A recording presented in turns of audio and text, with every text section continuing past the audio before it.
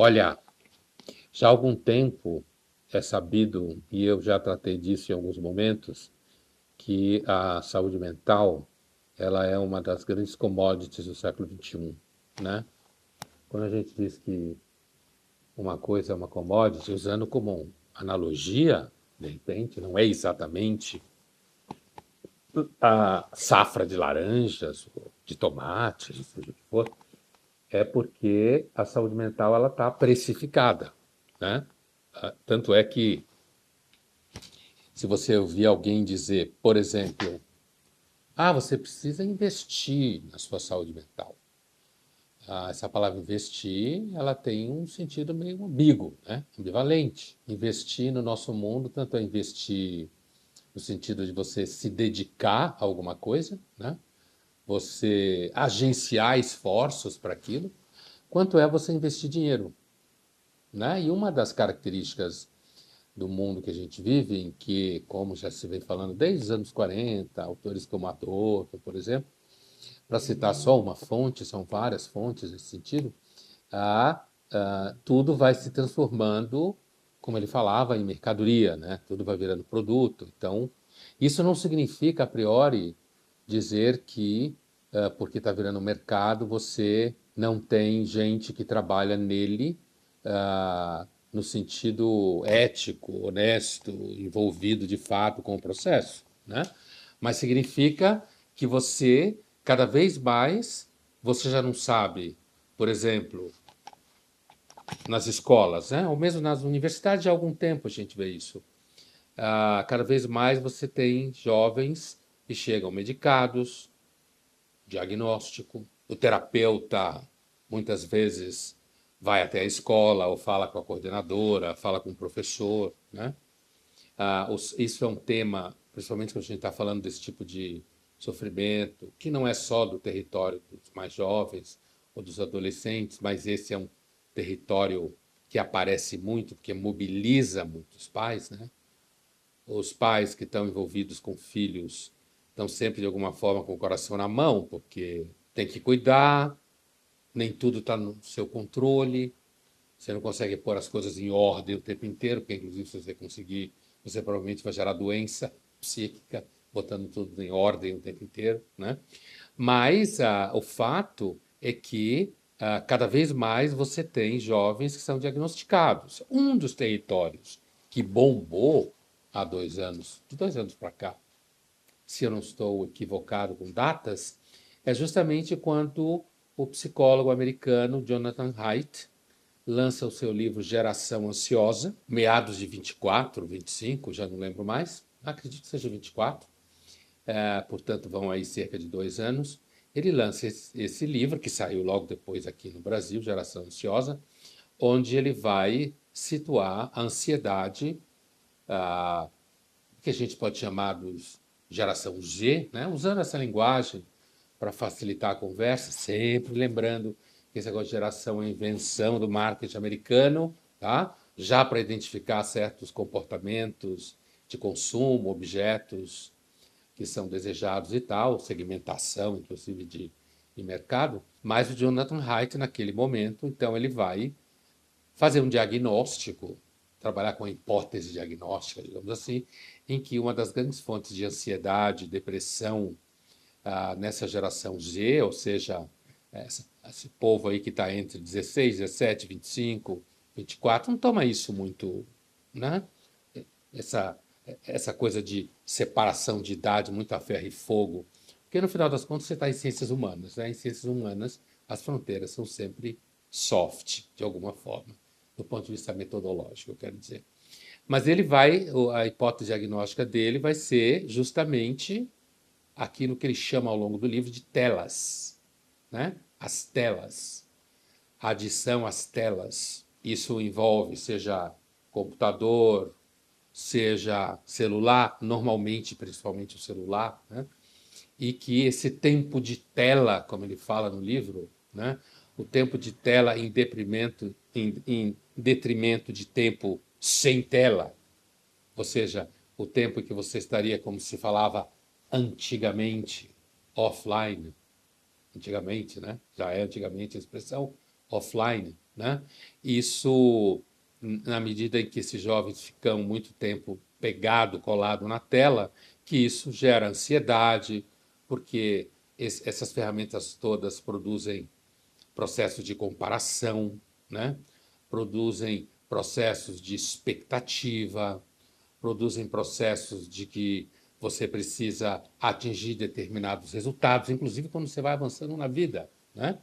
E aí o Haidt, no livro, ele chega a propor, primeiro, aquilo que virou uma verdadeira febre, chegou até aqui o Brasil, que é a proibição de celulares nas escolas, né? Ah, mesmo a proibição em alguns países de adolescentes abaixo de 16 anos não poderem ter acesso às redes sociais. Então, o que é interessante é que essas iniciativas, elas como que ah, elas buscam como que cavar momentos em que esses jovens vivam fora do mundo virtual, como se costumava dizer, fora do mundo virtual, né? Que esses jovens se encontrem outros no mundo presencial, como a gente diz.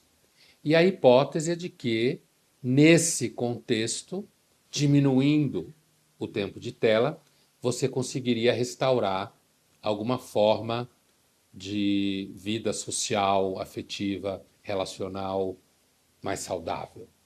Acho que ninguém duvidaria de uma hipótese como essa, vivendo onde a gente vive hoje, mas a questão é que, em grande medida, se você vive em grandes cidades, por exemplo, não só no Brasil, né?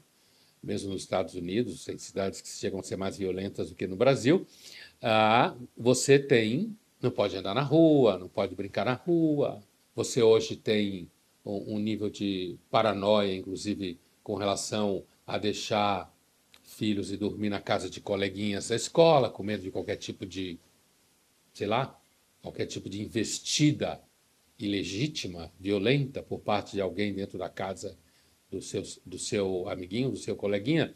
Então, você tem um fator que é o crescimento de uma paranoia, né? De uma paranoia que ela está fincada em experiências reais, né? E as pessoas vão tomando conhecimento dessas experiências reais, né? Elas vão ouvindo falar, vão lendo no WhatsApp, grupos do qual ela participa, ou imagens que aparecem, sei lá, aqui ou acolá, e isso, coisas que as pessoas contam entre elas, e isso vai acabando gerando a velha paranoia, que o problema da paranoia é que muitas vezes ela tem uma razão de ser, né?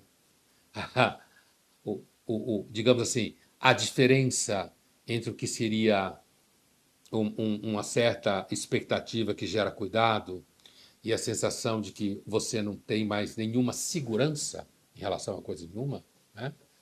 Que você, de fato, não pode confiar em ninguém, como que você pode esperar que não exista aí um crescimento da sensação de ameaça, de perigo, de risco, né? A desconfiança é um dos grandes fatores que gera a sensação de insegurança e ameaça, né? Você acha que a gente vive num mundo onde dá para confiar em muita coisa, confiar em muita gente, né? Muito pelo contrário. Talvez, e com isso eu não estou querendo dizer que no passado era melhor, talvez no passado a gente só fosse mais ignorante ou tivesse menos informação, né? Mas a verdade é que provavelmente a confiança é um dos recursos em extinção nas relações sociais, né? Na relação entre as pessoas. Isso impacta até o plano das relações afetivas, né? Bom, mas a questão é, eu falava no começo aqui da nossa conversa do mercado da saúde mental e como isso vira mercadoria, né? A verdade é que cada vez mais parece que uma pessoa simplesmente triste, qual é a fronteira entre uma tristeza comum e uma tristeza depressiva, né? O Freud, no seu famoso ensaio Luto e Melancolia, faz a diferença entre o luto como a tristeza que tem um objeto, né, perdido, a pessoa amada que você perdeu, que depois de um certo tempo isso deve passar, né? E a melancolia como uma tristeza profunda que parece não ter objeto, o objeto é você mesmo, né? E não passa, é muito mais difícil de passar, né? Mas ali ele está fazendo um exercício de discernimento entre o que seria luto e o que seria melancolia. O fato da saúde mental se transformar numa commodity, uma das consequências é de que esse tipo de discernimento fica cada vez mais difícil, porque quando algo é uma commodity, a tendência é que esse algo tenha cada vez mais de ser passível de ser precificado. E para ser precificado, ele tem que estar diagnosticado. Porque se ele não tiver diagnosticado, não há como precificá-lo. Porque a pessoa então não entra no circuito dos tratamentos, dos medicamentos, certo? Da clínica como um todo.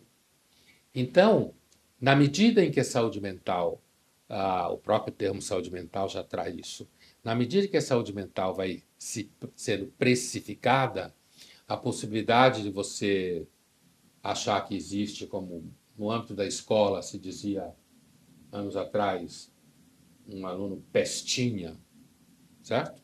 Aquele moleque pestinha que atormentava todo mundo na classe, né? Ou aquele moleque meio vagabundo, que não estudava coisa nenhuma, aquela figura que você estava no fundão, sabe? Como se falava. Quer dizer, esses comportamentos, eles vão ganhando, eu não vou citar nenhum deles aqui, mas todo mundo sabe, esses comportamentos, eles vão ganhando, né, marcas, né? Eles vão sendo tipificados. Então você não tem mais o moleque que é um pestinha, né, que apronta, que é sapeca, que deixava a mãe enlouquecida, a professora enlouquecida.